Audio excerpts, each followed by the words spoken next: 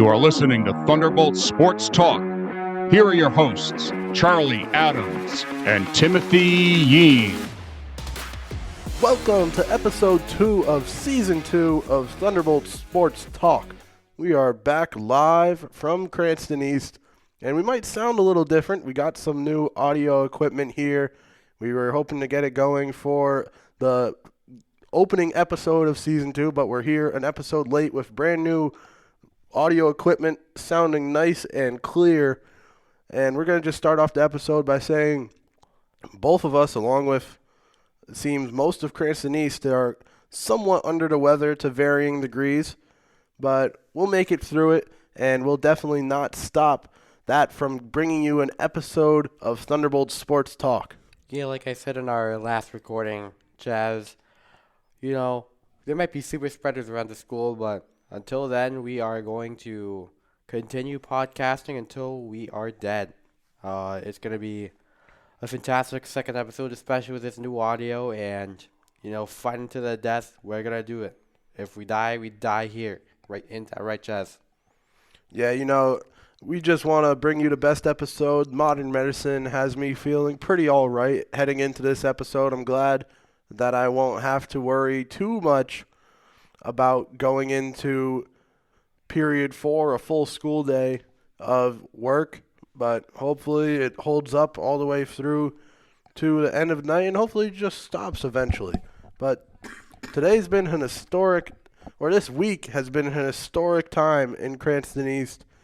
Hence our episode title, a historic episode, because there was big things going on in Cranston East sports. One of the more exciting things that we've seen as Thunderbolt Sports Media members.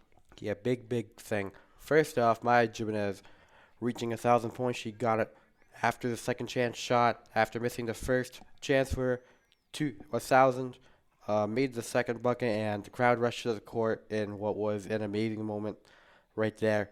A 51-41 win. Jimenez scoring 22 points there. The 20th point got her to 1,000. She was 20 points away from reaching it. Got there through the free throw line first quarter.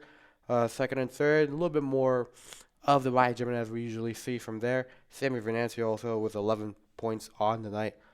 And it was a really big win for the Bulls and a chance to have them begin a potential winning streak. Next couple stretch of games, Mount Hope, not too bad of a team, a competitive team with us in the same amount of wins as us. Mount Pleasant, we beat them handily, 54-27. They should be an easy team to beat. And, only 7 wins to make the playoffs, I believe. I feel like that's a reachable number, but, of course, you can't be too sure. Yeah, there's a lot of season left, or at least some chance at seeing the playoffs. It was a great win all the way around against East Greenwich. Exciting time to see them rush the court, and we had East alumni in the building who also hit 1,000 points. Kristen Mulholland donating her game ball from all the way back when she hit it, and now in the presence of a former, we get a new, most recent since Mackenzie Richards. Yeah. And I'm pretty sure that Mackenzie Richards was already passed by Jimenez in that game. I believe she was 2 away from passing Mackenzie Richards. Not sure about that, but she's definitely close to Mackenzie Richards now. We're not going to see Jimenez on that banner until after the season ends, when all the official point totals are over and done with, and, Jimenez ends up with a total she has, which I believe will certainly end up in maybe the 1,100s, 1,200s, depending on how she plays the rest of the season with only a couple games left. Tim Yeen, after the victory versus East Greenwich, got a chance to catch up with Mya Jiminez post-game in a live interview on the Fans Only Sports Network. We're going to let you listen into that right now. We're going to be back once it resumes, and we'll continue the discussion. Welcome back, everyone, to the Fans Only Sports Network. I'm Tim Yeen, and we are here after a 51-41 victory over the East Greenwich Avengers by the Cranston East Thunderbolts. And here we are with the latest 1,000-point scorer, Mya Jiminez. Mya is all over. First off, how's it feel? How's it feel to accomplish this? Feels like a relief that I finally achieved the goal I've been waiting for my freshman year, and it feels really good to have a supporting team and to be able to come out with the win as well. Feels really good. And going into this game, were there any types of thoughts that you had coming in, or any nervous situations? What was that entire moment like? Do you describe it? So I was nervous coming in, but I knew like everybody was here to support me, so I felt comforting in that, and knowing that I can achieve this goal. Really, everybody supporting me felt really good. I know your father helped you a lot in all of this. Just tell us how much of an impact he's made on your career.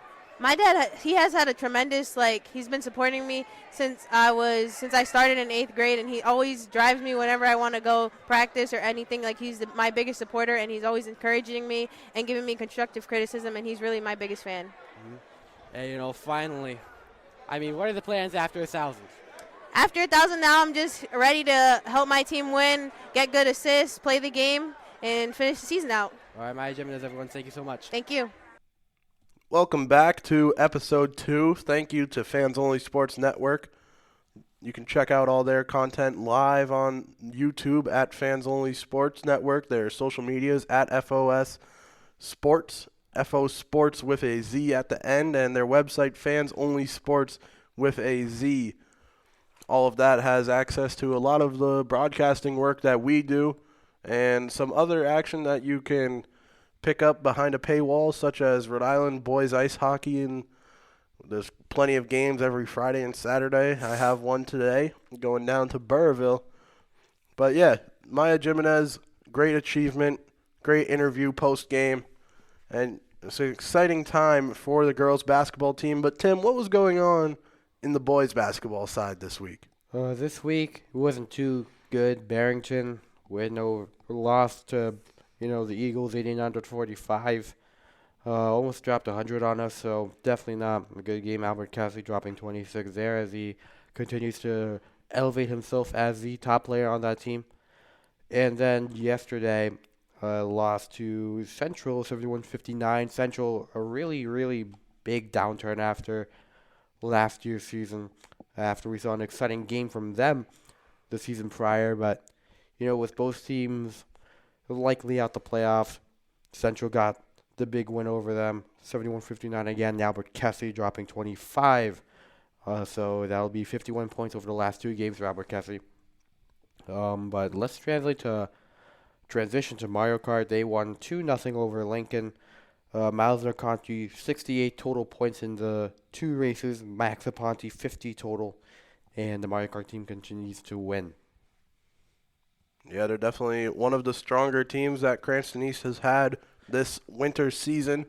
Hopeful to see what they do when we reach playoffs for Mario Kart. They've been somewhat of a juggernaut here in the state of Rhode Island, no matter if they're playing Mario Kart or Rocket League, but definitely Mario Kart, they seem unstoppable. The East Boys basketball team has been struggling. They took a tough loss to Central, but they have a chance to bounce back tomorrow.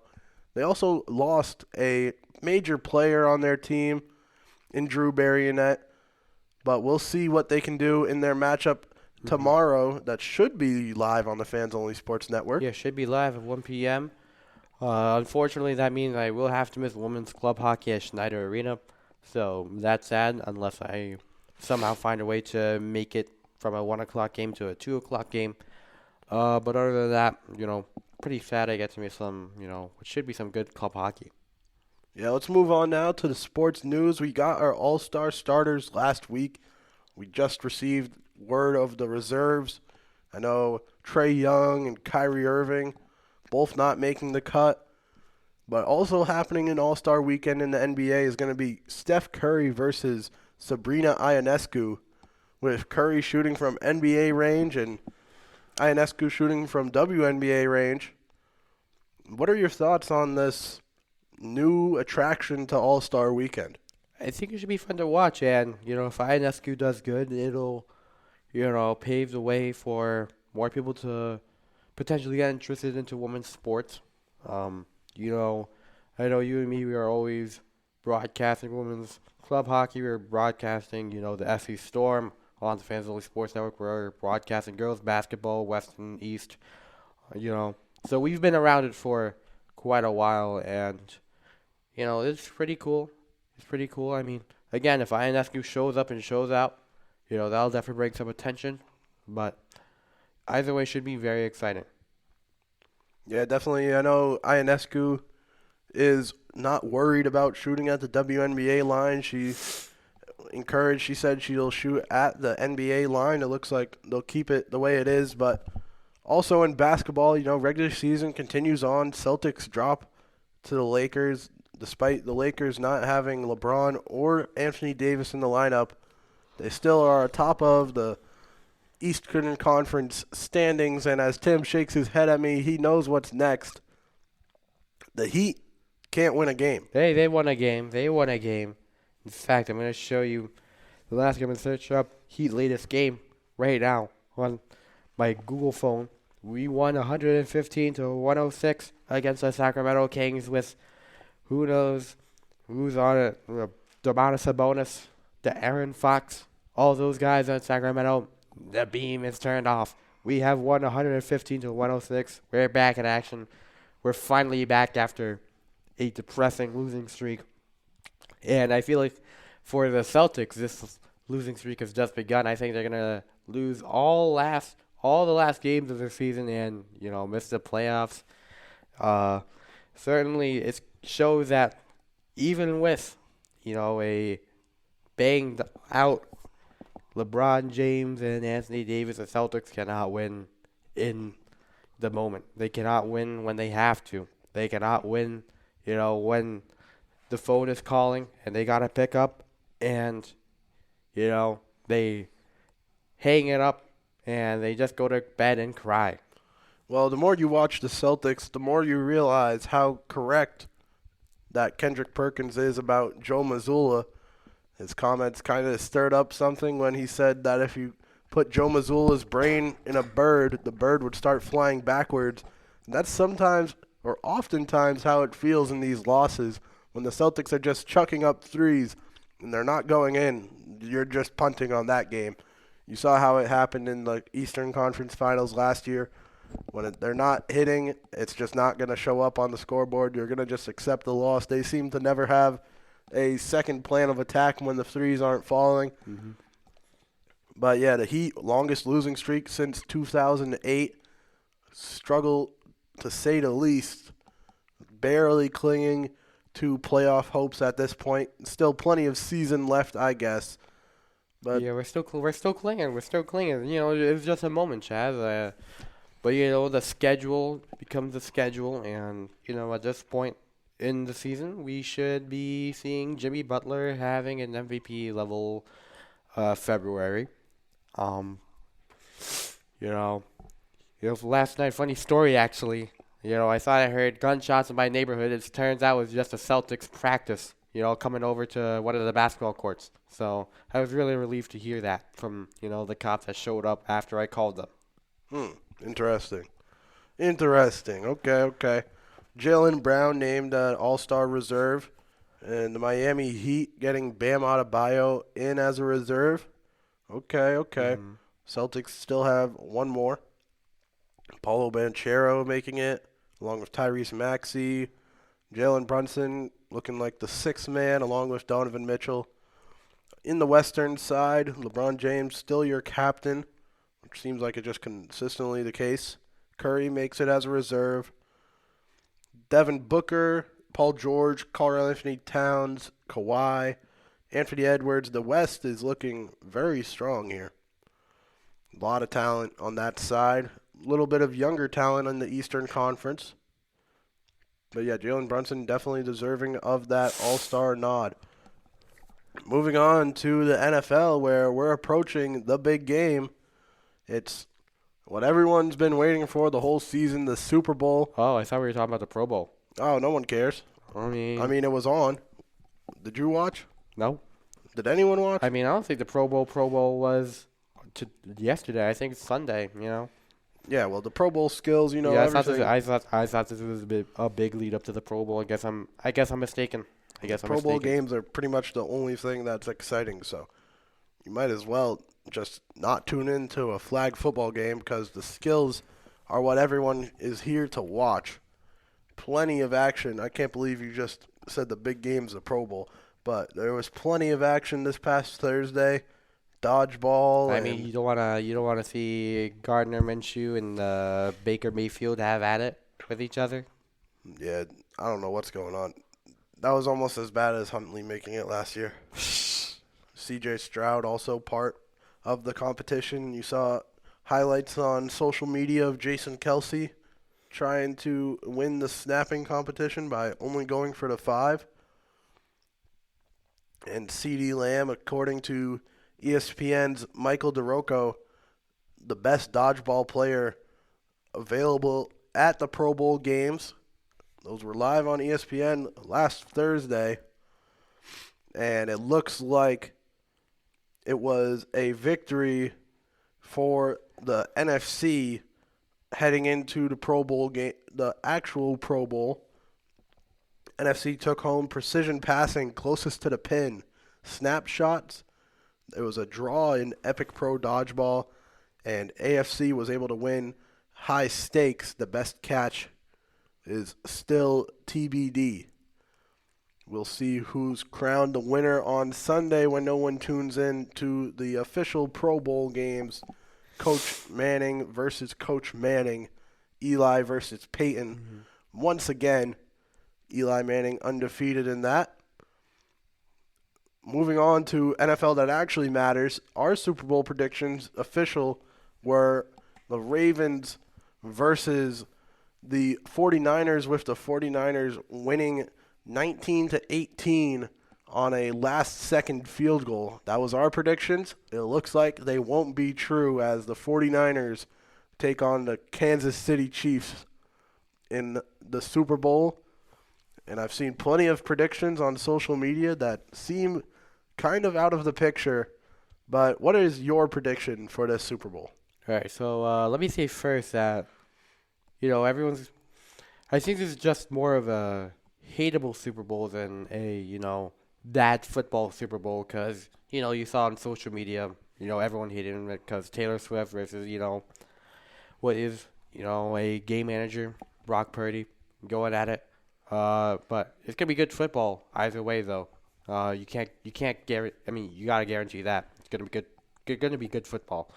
Secondly, I think it's gonna be the Chiefs over the Niners again. I feel, the Chiefs have shown as of late that they are just the team of this era to always find a way to get back into these big moments. The Super Bowl, they played a great defensive game versus the Ravens. They played good football versus the Bills.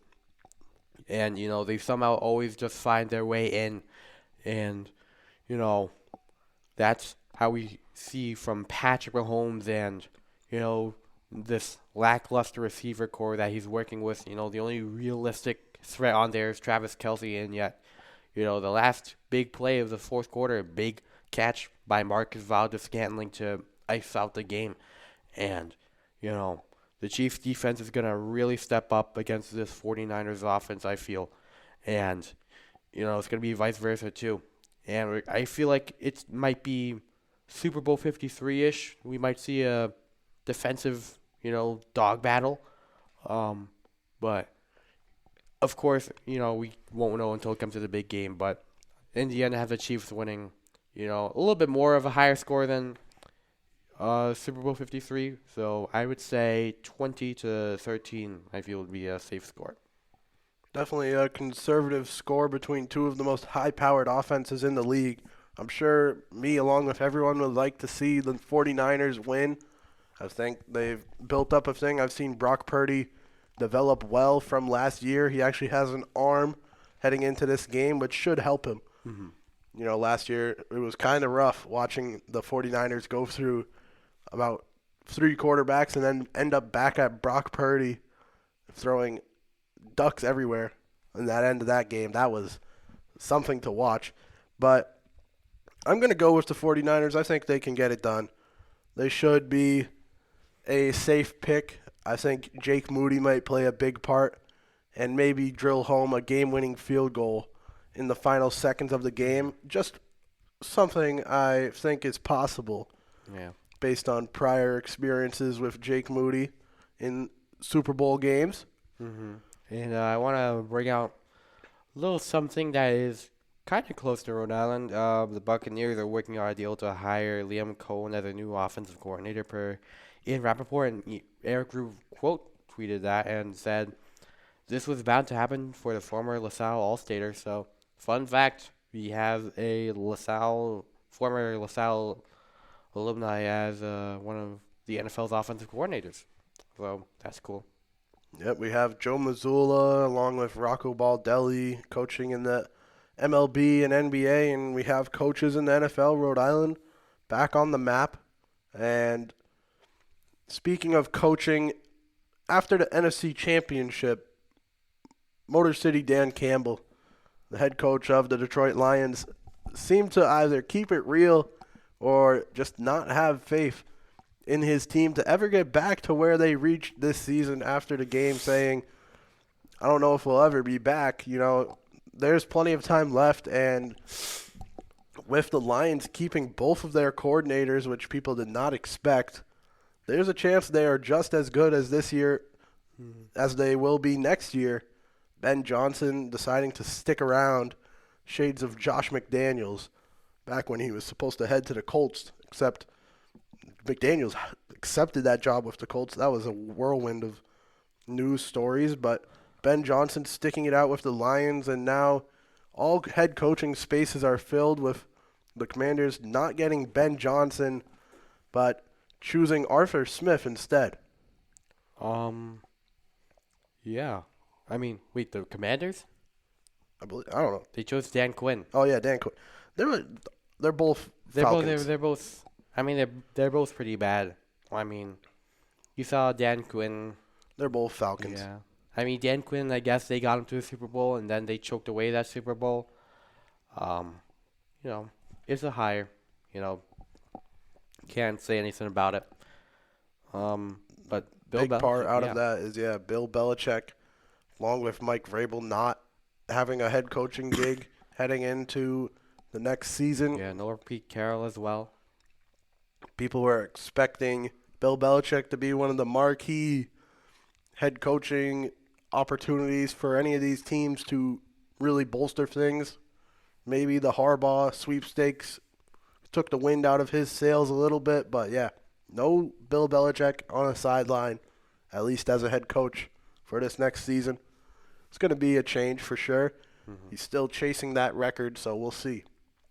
But the NFL is heating up, and so is the MLB, as we're approaching our opening day and spring training about to kick off shortly as February moves on. But a big move made by the Baltimore Orioles, who were just recently sold for, I believe, $2.1 billion.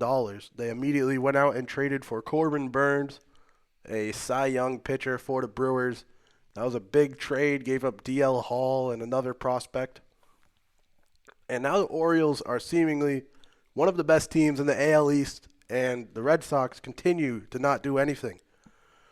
Tim, how are your Diamondbacks doing this offseason? They're probably doing fantastic, Chaz.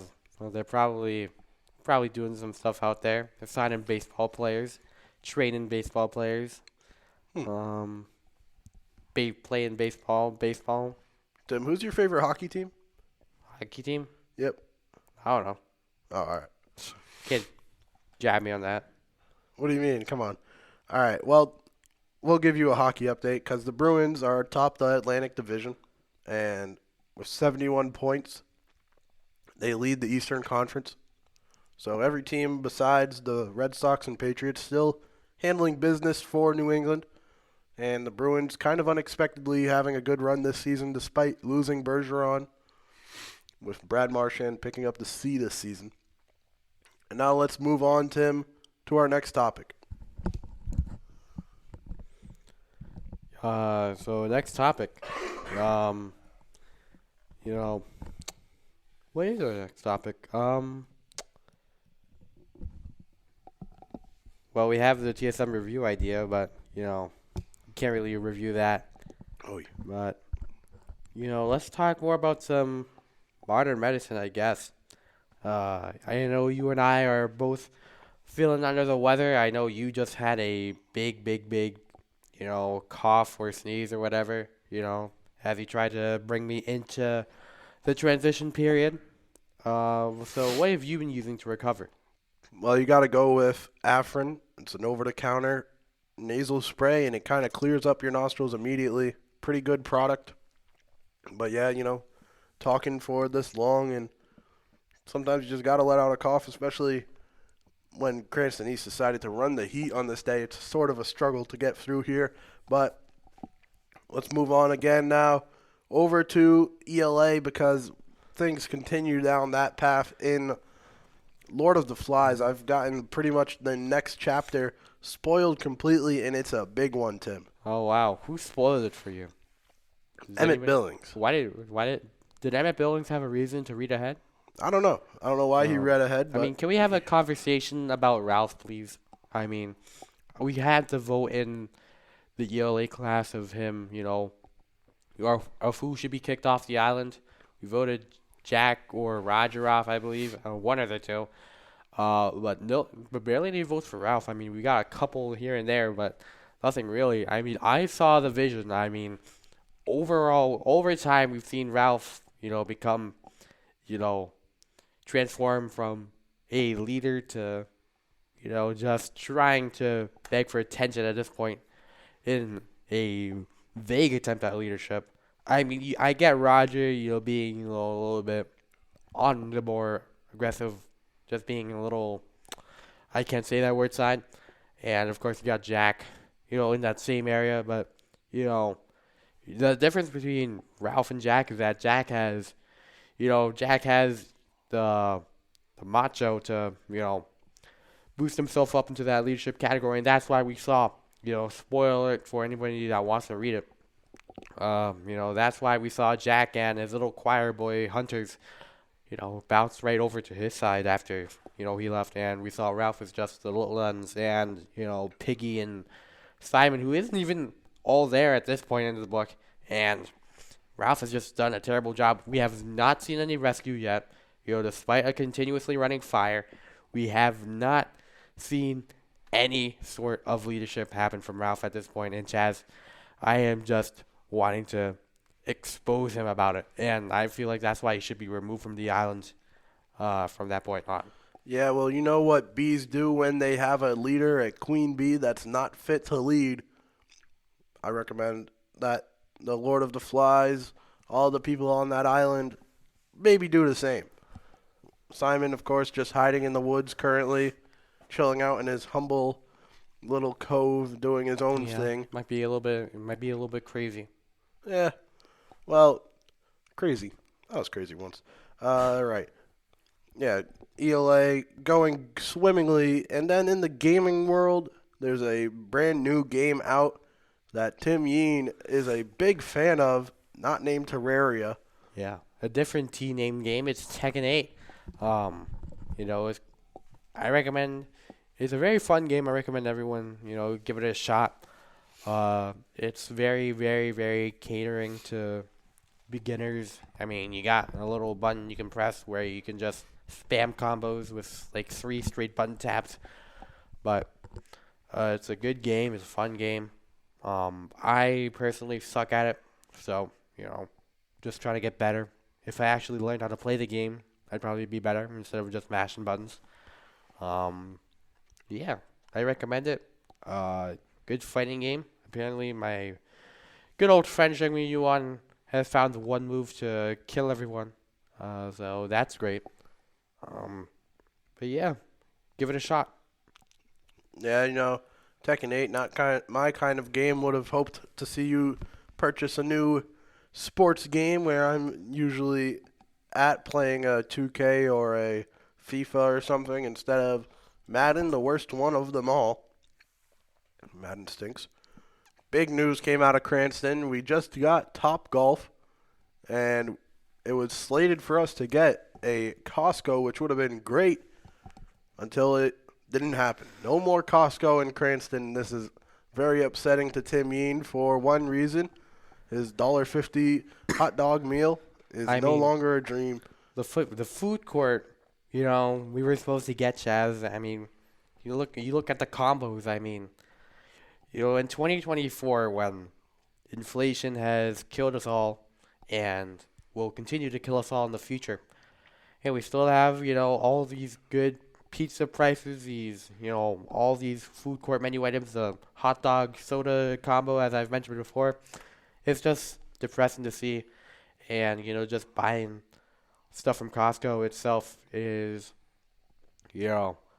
all depressing now that we don't have a Costco nearby which we can travel to, which doesn't take more than 15-20 minutes to go to, and it's sad. Thankfully though, City Hall is between here and Briggs, so yeah, get it done.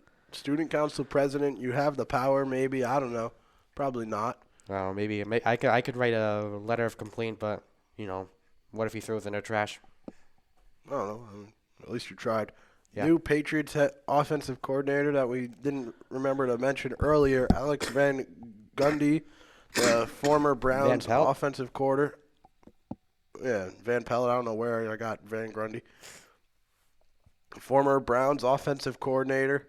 And he was able to make some magic happen, really, with a pretty bad Cleveland Browns team.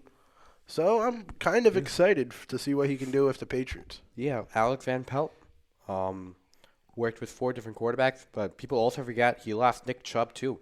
And he made it work with, his backups. I believe it was Jerome Ford. He made it work with the running backs. He had Kareem Hunt signed. And he helped lead the Browns to the playoffs. And even though they, lost in the end, I'd say it was a good hire. Obviously, Van Pelt knows how to get the best out of those quarterbacks. I mean, you saw Joe Flacco. He can do best with, modest talent. So that's great. I mean, you'd like to see more people. You'd like to see more star power in this Patriots offense. But, with Van Pelt, you have somehow you have a little bit of confidence that you can get the job done with whatever we have right now. But, we just need some star players on that roster to really help boost it up, especially a quarterback. Yeah, hopefully the Patriots will get it done through the draft coming up and finish off this offense and start shaping the future of the franchise. It's been a sort of long stretch, especially as a modern-day Patriots fan, of not-so-good seasons. Hopefully they'll get back to the top shortly. It's been a sick episode, to say the least. Both of us fighting through it to give you episode 2 of Thunderbolt Sports Talk, because we can't just go without mentioning Mya Jiminez's 1,000 points mark right after it happened this past Wednesday. And we are trying to bring you what we can here on Thunderbolt Sports Talk.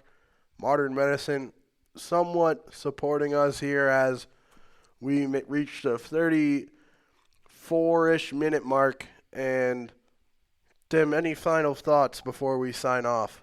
Any final thoughts? Yes. Well, Bill Belichick is always welcome here at Cranston High School East. Yes, that is true. We do have a open head football coach position at Cranston East, and with Mike Vrabel, Bill Belichick, Urban Meyer, a lot of these players still, big players still available. Not sure if they're Nick really, Saban.